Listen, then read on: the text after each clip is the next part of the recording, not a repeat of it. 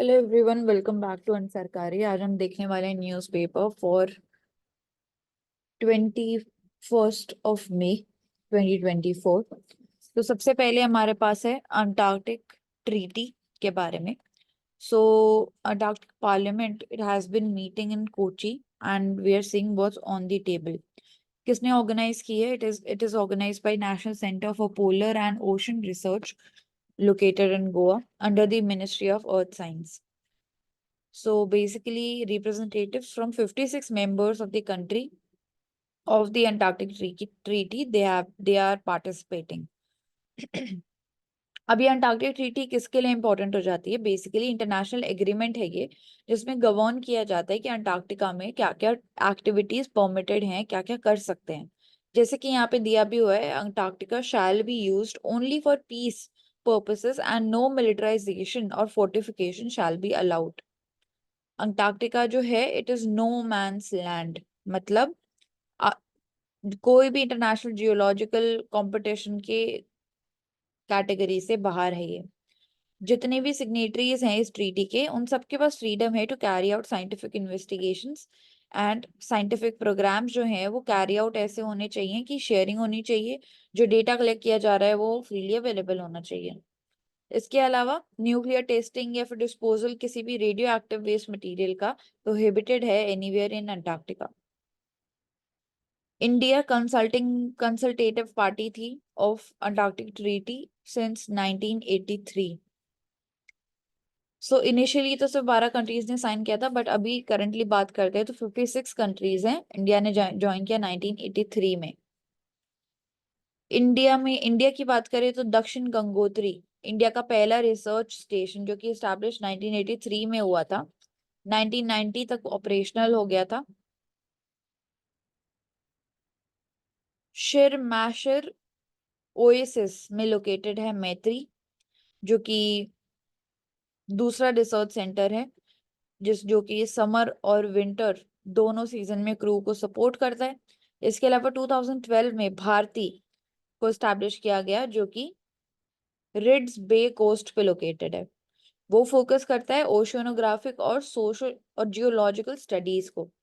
Then मैत्री 2 का भी प्लानिंग हो रही है बाय 2029, जो कि रिप्लेस कर देगा मैत्री स्टेशन को, क्योंकि उसकी एजिंग हो रही है धीरे धीरे। देन 2022 में यहाँ पे बताया जा रहा है इंडिया जो है, इंडिया एनैक्टेड अंटार्कटिक एक्ट, ताकि अपनी कमिटमेंट्स जो है इस ट्रीटी के प्रिंसिपल्स को लेके उसको वो रीअफर्म कर पाए। सो ये कुछ इंपॉर्टेंट पॉइंट्स थे।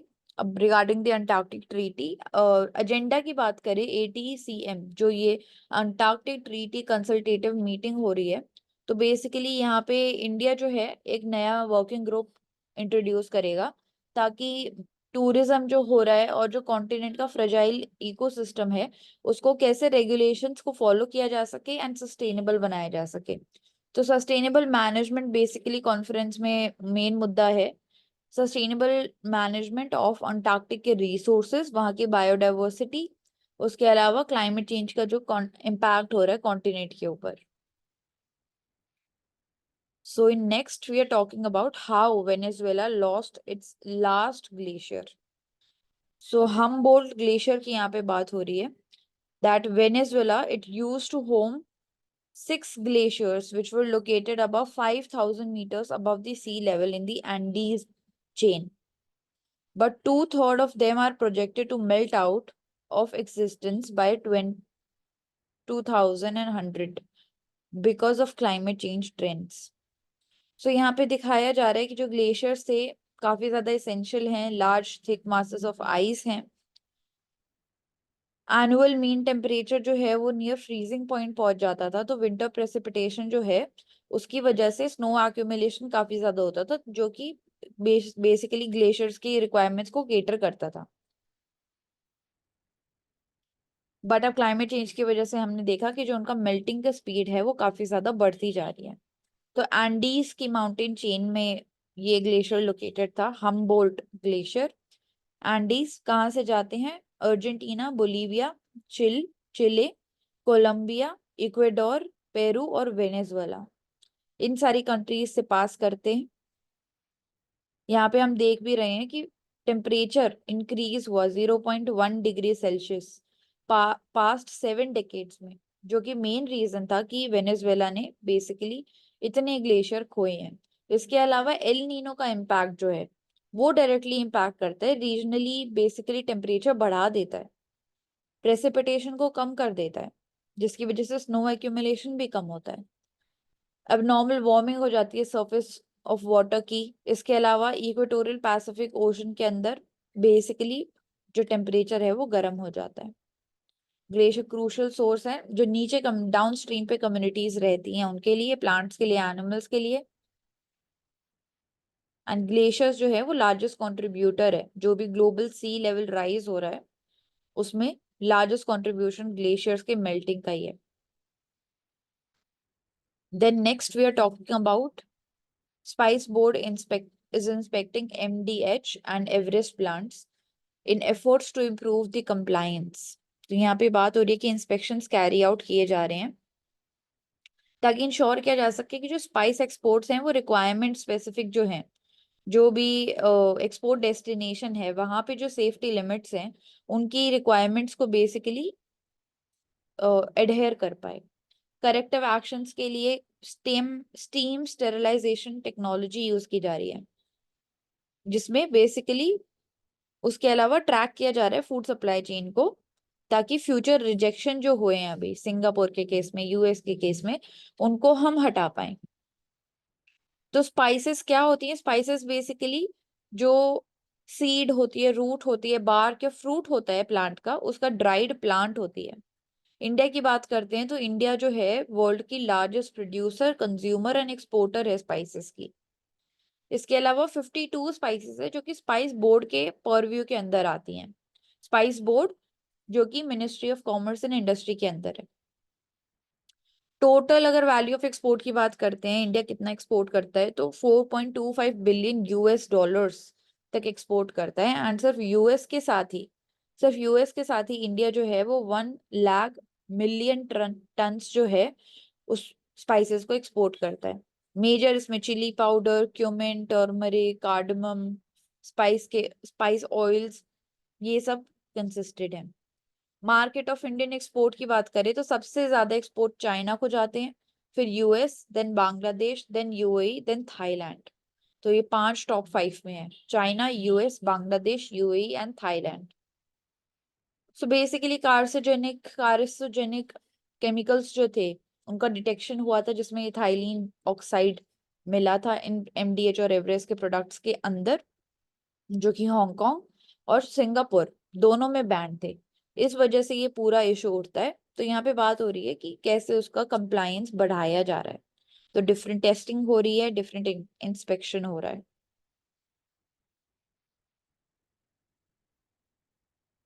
देन बात हो रही है for stricter norms in the 5G for call lags, video jitters on the 5G likely.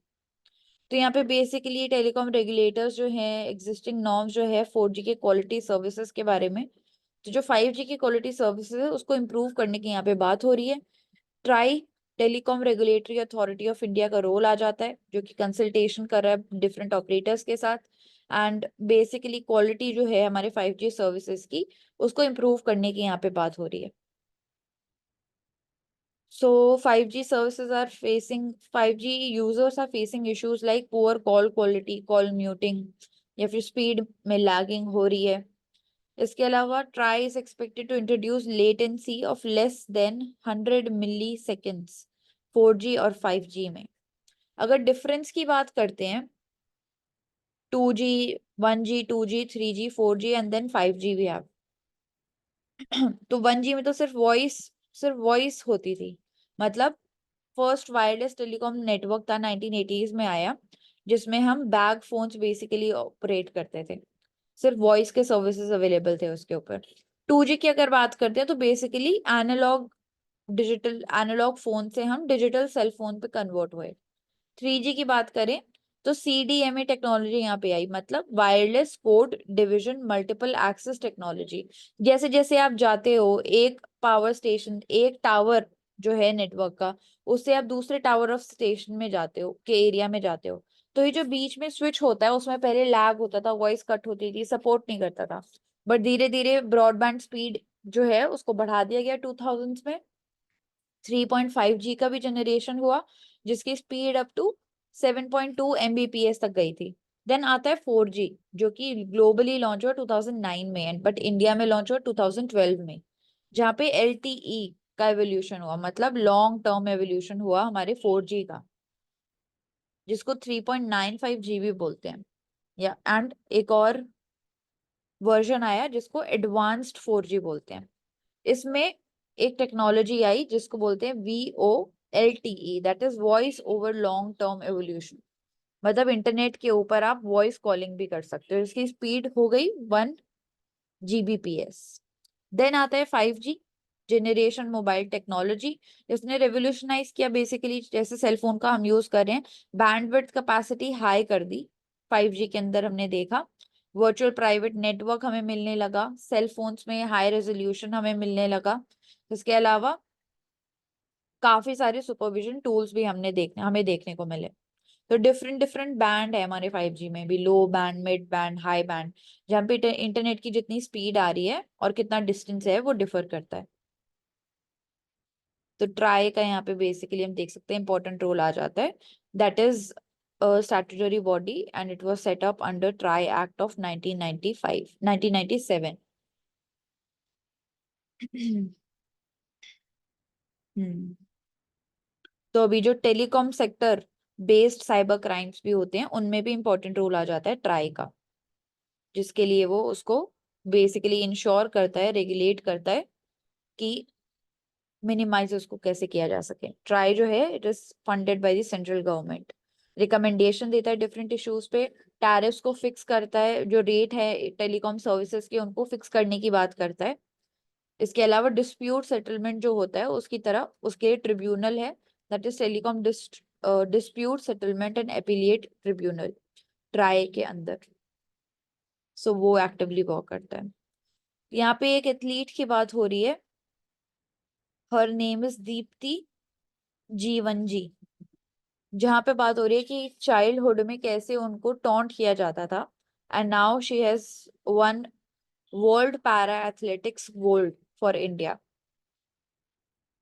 So intellectual disability, cognitive disease जो थी उससे वो सफर कर रही थी, जिसकी वजह से बेसिकली हैम्पर करती थी वो डिजीज उनको इफेक्टिवली कम्युनिकेट करने में, अडेप्टिव स्किल्स के लिए। तो अभी देखा जा रहा है कि बताया जा रहा है कि कैसे उनके रिलेटिव्स उनको मॉक कर रहे थे, but with her perseverance and उनके कंसिस्टेंट एफर्ट्स की वजह से she has achieved this huge gold for India. हम्म।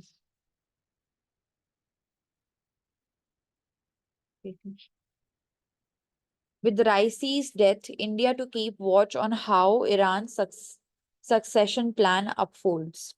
तो जो ईरानियन प्रेसिडेंट थे, अनफॉर्चुनेट इवेंट में इब्राहिम राइसी, उनकी डेथ हो गई इन अ चॉपर क्रैश। तो इंडिया के लिए इंपॉर्टेंट हो जाता है कि एक आई रखे उस साइड पे कि क्या डेवलपमेंट्स किस साइड में अब होते जा रहे हैं। ईरान इंडिया के लिए इंपॉर्टेंट हो जाता है, एक तरीके से एक्सटेंडेड नेबरहुड का पार्ट है ईरान इंडिया के लिए। इसके अलावा ईरान को एक्टिवली सपोर्ट करता है इंडिया बहुत सारी चीजों में, रीजनल ग्रुप्स में। इसके अलावा चाबार पोर्ट जैसे कि हमने देखा ऑल्टरनेटिव की तरह एक्ट करेगा, ताकि हम पाकिस्तान को बाईपास कर पाए अफगानिस्तान और सेंट्रल एशिया के साथ बेसिकली ट्रेड करने के लिए। बहुत सारे एग्रीमेंट्स भी हैं दोनों कंट्रीज के बीच में, जिसमें तेहरान डिक्लेरेशन आता है, न्यूक्लियर डील को लेके बातें आती हैं। सो इम्पोर्टेंट हो जाता है कि ईरान के ऊपर बेसिकली आए रखें।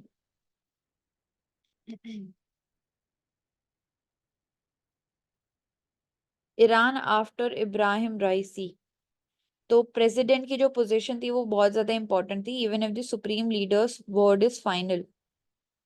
तो यहाँ पे अगर स्ट्रक्चर की बात करें ईरान में कि कैसे स्ट्रक्चर फॉलो होता है, तो ईरान का जो प्रेसिडेंट है वो बेसिकली सुप्रीम लीडर की अथॉरिटी के अंदर वर्क करते हैं, जो कि बट फिर भी काफी पावरफुल पोजीशन एक तरीके से पॉलिटिकल सिस्टम में मेंटेन करके रखते हैं।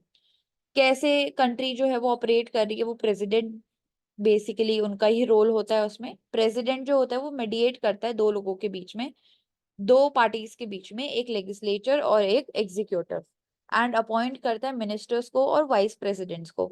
तो अब उनकी डेथ के बाद जो वाइस प्रेसिडेंट है वो इंटरिम गवर्नमेंट को संभालेंगे वहां पे। इसके अलावा joint comprehensive plan of action जो दिया गया था, जैसे कि ईरान न्यूक्लियर डील जिसको बोलते हैं, बिटवीन इंडिया एंड P5+1, वो ऐसे इंपॉर्टेंट डिसीजंस भी जो प्रेसिडेंट है वो लेते हैं फॉरेन पॉलिसी को लेके। सो इरानियन प्रेसिडेंट की जो अथॉरिटी है वो सुपरसीड करती है ओनली ओनली इफ कोई क्लैश हो गया है between him and the supreme leader, तो अथॉरिटी जो प्रेसिडेंट की है वो सुपरसीड कर जाती है उस केस में। इसके अलावा एक्सिस ऑफ रेजिस्टेंस की यहाँ पे हम बात कर सकते हैं, जो कि बेसिकली राइसी जो प्रेसिडेंट थे उनके टेन्योर के अंदर हुई। Iran led political military coalition है जिसमें इस्लामिक रेजिस्टेंस के लिए Iran, Syria government, Lebanese, Yemen Houthis, Palestinian groups including Hamas also. So एक informal basically political military coalition है ये। अगर ईरान के हम पॉलिटिक्स की बात करते हैं तो दो ग्रुप्स यहाँ पे आते हैं, कंजर्वेटिव्स और रिफॉर्मिस्ट। तो इस्लामिक रेवोल्यूशन जब 1979 में हुआ तो ये दो पोल्स बन गए थे ईरान के पॉलिटिक्स में। एक साइड पे कंजर्वेटिव्स थे जिनको चाहिए था कि स्ट्रिक्टली जो 12 वर्षिज्म जो स्टेट रिलीजन है उसके प्रिंसिपल्स फॉलो होने चाहिए।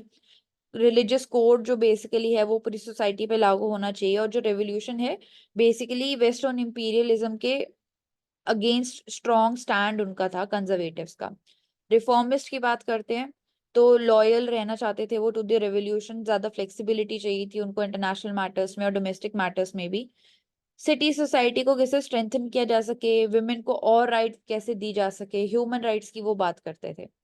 तो बेसिकली ये दो हम कह सकते कि पोल्स वहां पे फॉर्म हो गए थे।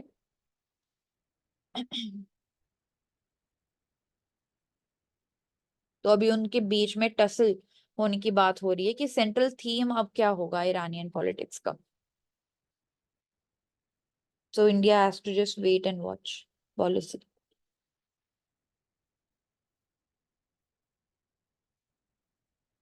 Critical times call for strong judicial adjudication.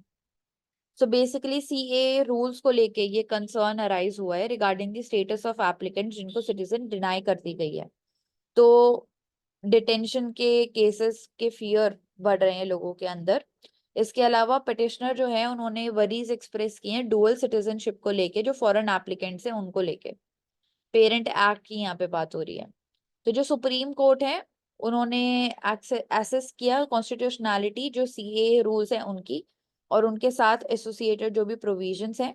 तो जो कॉन्स्टिट्यूशनल कोर्ट है वो ऐसे लेगिस्लेशन या फिर प्रिज्यूमिंग लॉज में इंटरवीन नहीं करता है which are pass by the government, which are valid. But अभी जब बात कर रहे हैं तो काफी ज्यादा बेसिकली वरीज इस केस में उठ रही हैं। तो यहाँ डिफरेंट डिफरेंट हम देख सकते हैं इंटरडिक्शंस है इन द जुडिशरी, जिसमें Manish Kumar versus union of India 2021 की बात करें तो जो लेगिस्लेशन है इट इज जनरली एज्यूम्ड। तो यहाँ पे सुप्रीम कोर्ट ने बेसिकली बोला था कि जो कॉन्सेप्ट है, ओके इंपॉर्टेंट नहीं है, इलेक्शन कमीशन का यहाँ पे रोल आ जाता है ताकि एग्जीक्यूटिव डोमिनेंस को हम यहाँ पे अवॉइड कर पाए। इलेक्शन चीफ इलेक्शन कमिश्नर जो होते हैं इलेक्शन कमिश्नर एक्ट 2023 के बीच में, वो उन्होंने रीइंस्टेट किया था कि जो प्राइम मिनिस्टर की कमिटी है उनका रोल होता है इलेक्शन कमीशन के अपॉइंटमेंट के अंदर। सो बेसिकली इलेक्शन कमीशन का इंडिपेंडेंट होना काफी ज्यादा जरूरी है ताकि एग्जीक्यूटिव डोमिनेंस को वो हटा पाए। डेमोक्रेसी और फ्री इलेक्शन होना जरूरी हो जाता है। तो ऐसे बहुत सारे केसेस में जो जुडिशरी है उन्होंने इंटरवीन किया है ऑलरेडी भी। अगर इंटरवीन नहीं करते हैं क्रिटिकल टाइम्स में तो हम देख सकते हैं कि जो पॉलिटिकल स्टेटमेंट्स हैं स्पेशली जो कॉन्स्टिट्यूशनल डेमोक्रेसी के ऊपर आती हैं उनका काफी ज्यादा इम्पैक्ट आता है, कॉन्स्टिट्यूशनल कोर्ट्स की वैलिडिटी को हिंडर करती हैं। इसके अलावा चैलेंजेस को एड्रेस करने के लिए पॉपुलिस्ट रिजीम्स के इंटरवेंशन इंपॉर्टेंट हो जाता है। तो जो जुडिशियल रिव्यू का कॉन्सेप्ट है यहाँ पे, कॉन्स्टिट्यूशनल डेमोक्रेसी को मेंटेन करने के लिए, इलेक्टोरल प्रोसेस को मेंटेन करने के लिए, उसको और भी ज्यादा स्ट्रेंथन करना चाहिए हमको। जैसे कि कश्मीर का स्पेशल स्टेटस, अर्जेंट केसेस को प्रायोरिटाइज करना चाहिए। जुडिशियल रिव्यू की बात करते हैं तो article 372 under sub clause 1 judicial review जो है वो एस्टैब्लिश किया गया था। आर्टिकल 13 जिसमें डिक्लेयर किया जाता है कि कोई भी लॉ जो है which contravenes any of the provision of the fundamental rights shall be void. तो फंडामेंटल राइट्स को लेके तो पूरे आर्टिकल में कीवर्ड जो हाईलाइट हम देख सकते हैं जुडिशियल एक्टिविज्म के बारे में, आर्टिकल 23 एंड आर्टिकल 226।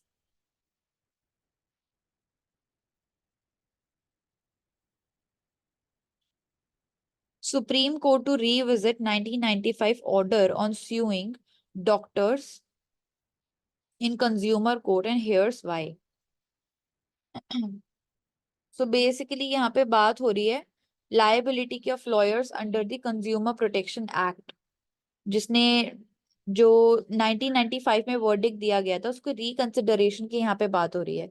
1995 की जजमेंट पे बेसिकली बात हुई थी कि जो डॉक्टर्स हैं they could be sued under the CPA Act for providing faulty services, जिसको अभी जो कि अभी स्क्रूटनी के अंदर आ गया कि लीगल प्रिंसिपल्स के अलाइनमेंट में ये नहीं है।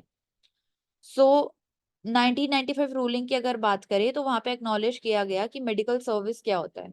तो कोर्ट ने एक्नॉलेज किया कि जो मेडिकल प्रोफेशनल्स होते हैं वो भी एक सर्विस प्रोवाइड करते हैं, वो सर्विस जो कि CPA कंज्यूमर प्रोटेक्शन एक्ट के अंदर डिफाइंड है, जिसमें उनकी ड्यूटीज और पेशेंट के तरफ जो केयर है उसके ऊपर एम्फोसिस दिया जाता है। तो स्टैंडर्ड ऑफ केयर कैसा होना चाहिए, मतलब जो डॉक्टर है वो ओ करता है पेशेंट को और ड्यूटी ऑफ केयर अगर वो ऐसा नहीं कर पा रहे हैं तो बेसिकली वो लायबल होंगे फॉर डेफिशिएंसी इन सर्विसेज। सो इस पूरे मुद्दे के ऊपर यहाँ पे अब बातें उठ रही हैं कि क्या ये ठीक है कि नहीं है, इसकी एप्लीकेबिलिटी। इसके अलावा बोल रहे हैं कि बर्डन बेसिकली बढ़ जाएगा डॉक्टर्स के ऊपर। तो रीवैल्यूएशन करने की यहाँ पे बात हो रही है, लीगल प्रिंसिपल्स को रिकंसिडरेशन करने की बात हो रही है ताकि लीगल इंटरप्रिटेशन को बेसिकली हम इवॉल्व कर पाए। जैसे कि लॉयर्स के केसेस में भी ऐसे बेसिकली हमने इवॉल्व की हैं काफी सारी डेफिनेशंस। एंड सर्विसेज और डेफिशिएंसी कैसे होगी CPA के अंदर उसको भी वेल डिफाइन करने की यहाँ पे जरूरत है, क्योंकि काफी वेग स्टेटमेंट हो जाएगा ये कि सिर्फ सर्विसेज और सिर्फ डेफिशिएंसी। तो कौन डिसाइड करेगा कि कब डेफिशिएंसी है और कब नहीं है।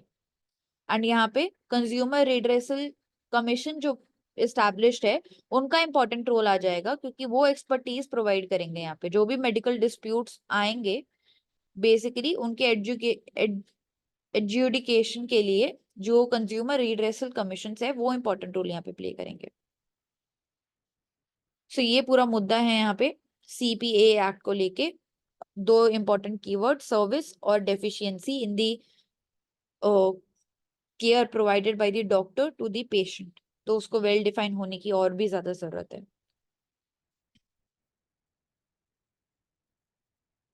Next if you talk about China और इंडिया का कंजम्पशन कंपैरिजन, तो दोनों कंट्रीज के कंजम्पशन कंपैरिजन की यहाँ पे बात हो रही है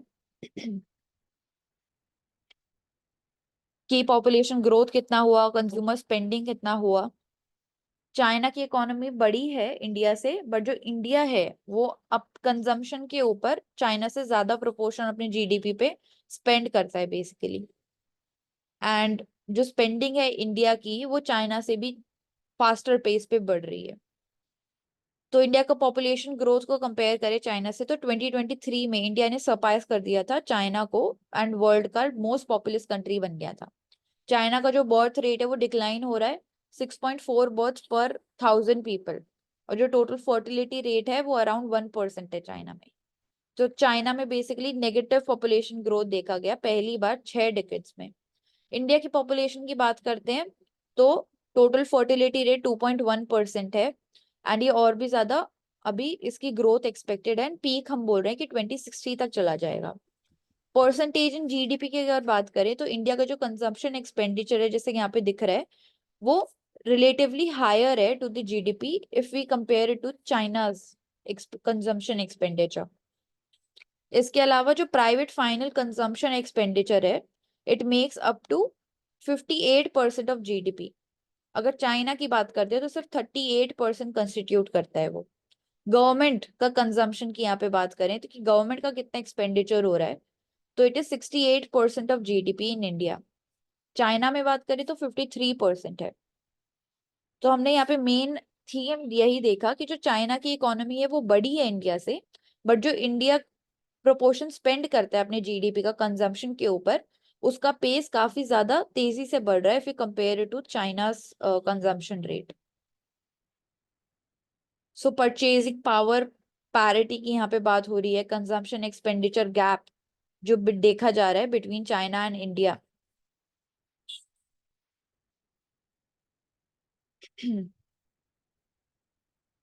एंड रीसेंट ट्रेंड की अगर बात करें यहाँ पे, तो जो पीएफसीई हमने अभी बात की, private final consumption expenditure decrease हुआ है अबाउट 1.66 इन 2020 से लेके 1.55। जो क्या क्या इंडिकेट करता है, ये बेसिकली इंडिकेट करता है कि इंडिया का जो परचेजिंग पावर है उसमें इंप्रूवमेंट हुआ है पहले से।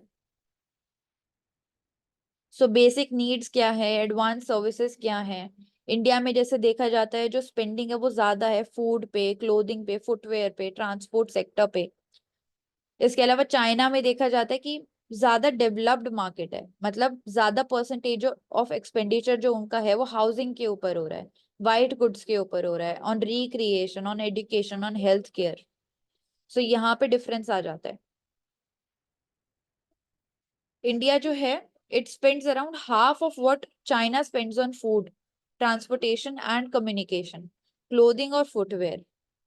सो इम्पॉर्टेंट हो जाता है कि जो इंडिया है वो फिफ्थ है in the size, is fifth the size of China. But spending की अगर बात करें तो बहुत सारे की सेक्टर्स में सेम परसेंटेज इंडिया स्पेंड करता है। तो इंडिया ज्यादा स्पेंड करता है फूड पे, ट्रांसपोर्ट पे, कम्युनिकेशन, क्लोथिंग एंड फुटवेयर पे when we compare it to China. तो ये पूरा जिस्ट है इस पूरे आर्टिकल का कंजम्पशन स्पेंडिंग के ऊपर।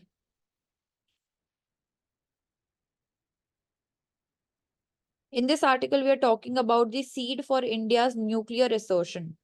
तो 50 इयर्स पहले हमने पोखरण टेस्ट किया, जिसने इंडिया की फॉरेन पॉलिसी में बेसिकली शिफ्टिंग लेके आया। इंडिया जो है वो no first use nuclear policy follow करता है।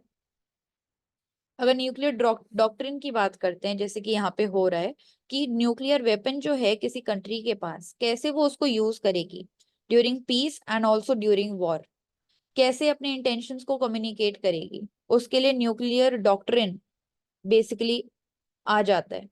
1940s में इंडिया के अंदर बात करते हैं, जो न्यूक्लियर प्रोग्राम इंडिया में जब स्टार्ट हुआ था, तो होमी जे बाबा के अंदर वो स्टार्ट हुआ था। एंड जो नेहरू जी थे उस टाइम पे वो अगेंस्ट थे फॉर न्यूक्लियर वेपन डेवलपमेंट कि न्यूक्लियर आर्सेनल को हम बेसिकली बढ़ावा दें, उसके वो अगेंस्ट थे। इसके बाद एनपीटी आया, न्यूक्लियर नॉन प्रोलिफरेशन ट्रीटी 1968 में, जिसमें बेसिकली जो 5 न्यूक्लियर पावर्स थी, यूएस, यूएसएसआर, यूके, फ्रांस और चाइना, जब चाइना ने कंडक्ट किया था न्यूक्लियर टेस्ट, तो उन्होंने बेसिकली ट्राई किया था एनपीटी को इम्पोज करने का। तो एनपीटी की अगर बात करें तो 1970 में फोर्स में आया एंड बेसिकली कंट्रीज के लिए रिक्वायरमेंट बना देता है कि वो अपने फ्यूचर में जितने भी या प्रेजेंट में जितने भी न्यूक्लियर वेपन बनाने के प्लान्स हैं उसको ड्रॉप कर दें, और उसके बदले में पीसफुल बेसिकली उनको एक्सेस मिलेगा to peaceful use of nuclear energy. So non proliferation, disarmament and right to peaceful use of nuclear technology की 3 प्रिंसिपल्स की बेसिकली एनपीटी के अंदर बात हुई थी। इंडिया जो है, it is one of the only 5 countries that either did not sign the NPT और it signed but बाद में withdraw कर लिया, जिसमें पाकिस्तान भी है, इसराइल भी है, नॉर्थ कोरिया है, साउथ सुडान है। इंडिया ने बोला था कि डिस्क्रिमिनेटरी है एनपीटी, इसलिए रिफ्यूज कर दिया था उसको साइन करने के लिए। सो बेसिकली इंडिया ने 1998 में हम देख सकते हैं कि सीरीज ऑफ न्यूक्लियर टेस्ट जो हैं उनको कंडक्ट किया था अपनी कैपेबिलिटी को बेसिकली डिमॉन्स्ट्रेट करने के लिए। बट स्ट्रांगली इंडिया जो है no first use of nuclear weapons इस डॉक्ट्रिन को फॉलो करता है, जिसको इंडिया ने 1998 में क्लियर कर दिया था।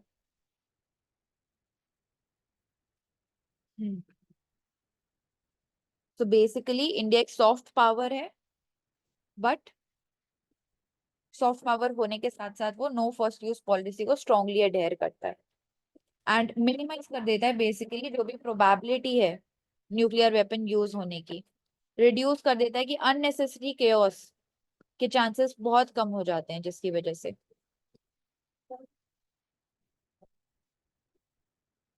तो ये मेजर जिस्ट हो जाता है इस पूरे आर्टिकल का।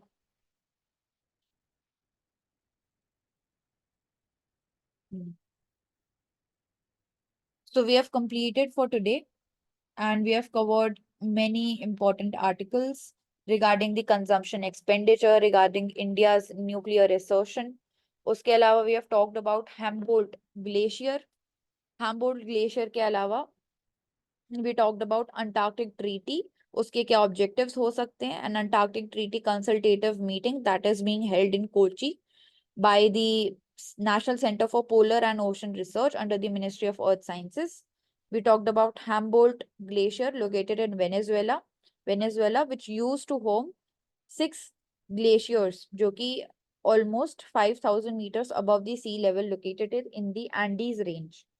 We talked about Andes range, then how the Spice Board is inspecting and carrying out different tests to maintain for making up to the corrective actions, जो भी हमारा contamination of ethylene oxide मिला था in the spices. Then spices export major countries, top 5 countries, जिसमें China, US, Vietnam आ जाता है। इसके अलावा 5 comparison of 2G, 3G, 4G and 5G, उनकी लेटेंसी को लेके एंड बैंडविड्थ को लेके। Then world para athletic gold जो कि लेके आया गया by Deepthi G1G। How Raisi's death will impact India and India will be following wait and watch policy. क्या स्ट्रक्चर फॉलो होता है पॉलिटिक्स में ईरान के? इसके अलावा प्रेसिडेंट का क्या रोल होता है, सुप्रीम लीडर का क्या रोल होता है? Then we talked about judicial activism, judicial adjudication in the regarding the CAA rules. इसके अलावा we talked about consumer CPA Act, Consumer Protection Act, जिसके अंदर 2 चीजों की हमने बात की कि जो सर्विसेज हैं उनका और वेल डिफाइंड डेफिनेशन होना चाहिए, और जो डेफिशिएंसी है of care by the doctor to the patient उसको वेल डिफाइंड होना चाहिए।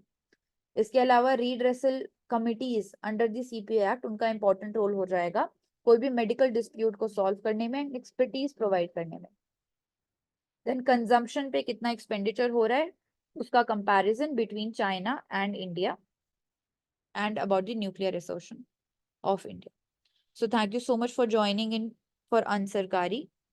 Keep watching and keep learning.